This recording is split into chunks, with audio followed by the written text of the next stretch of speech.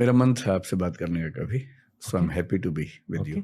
Thank you sir. ये मुझे एक तोहफा मिला था एक टिबेटन मंक से जी ये एक बेल है और इसके साथ एक वज्र दिया जी। इस बेल का मतलब उन्होंने कहा इस हाँ। बेल का मतलब है विजडम, ओके यानी कि नॉलेज, यानी कि Saraswati. I think experience knowledge को हम विजडम कहते हैं। हाँ। और इस वज्र का मतलब है कंपैशन, यानी कि दूसरों के जज्बातों को जानना।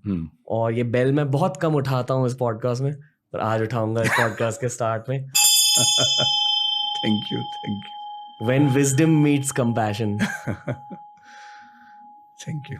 बहुत कम लोगों में ये स्किल होती है to make wisdom meet compassion, दूसरों के दिलों को भी जानना और दूसरों को चीज़ें सिखाना भी एक्सपीरियंस के थ्रू। लोग बहुत शांति से बैठकर आपकी बातें सुनते हैं, तो बहुत रॉ सवाल है, पर क्यों, आपके अकॉर्डिंग क्यों?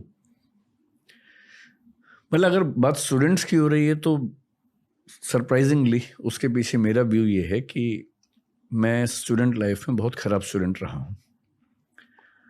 बहुत ख़राब मतलब अच्छा नहीं रहा हूँ, बहुत ख़राब तो शायद नहीं था। तो जब आप सबसे आखिरी बेंच पर बैठते हैं स्टूडेंट लाइफ में, सारी शरारतें करते हैं, बहुत सीरियस नहीं होते पढ़ाई को लेकर, आपके पेरेंट्स को आपकी चिंता बहुत ज़्यादा होती है कि ये कुछ कर पाएगा या नहीं कर पाएगा, और फिर जब आपको पढ़ने का शौक़ हो जाता है तो पढ़ाते समय मुझे ये अपने आप समझ में आता है कि सबसे पीछे बैठा बच्चा क्या नहीं समझ पा रहा होगा, क्योंकि मैं उस फेज़ को लंबे समय तक जी चुका हूँ। So maybe I have an ability to understand what he or she needs. वहाँ से बात को शुरू करना। फिर मुझे मेरे पेरेंट्स ने बचपन से डिबेटिंग में उतारा स्कूल के मंच पर, तो 2000 बच्चों के सामने मैं स्कूल टाइम में खूब डिबेट्स बोलता था, पोइट्री बोलता था। वो जो एक्सपीरियंस मिलता गया, फिर मैंने यूनिवर्सिटी लाइफ में बहुत डिबेटिंग की और मतलब स्टेज एक्टिविटीज़ बहुत ज़्यादा की। मुझे लगता है कि उन एक्टिविटीज़ ने मुझे बोलने का तरीका सिखाया।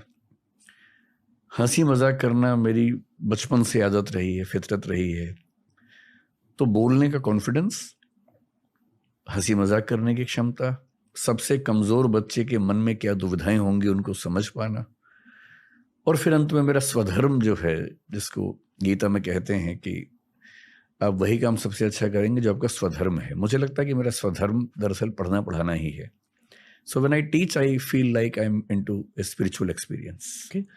इस साल पेपर सबसे टफ पेपर था हाँ, सुनने में प्रीलिम्स अभी जो हुआ कुछ दिन पहले, रिजल्ट्स निकले। हाँ, रिजल्ट्स आ गए। ओके, क्या आपको पता चल जाता कोचिंग के दौरान कि किस किस को सफलता मिलेगी और किस किस को सफलता नहीं मिलेगी? आइडिया लग जाता है।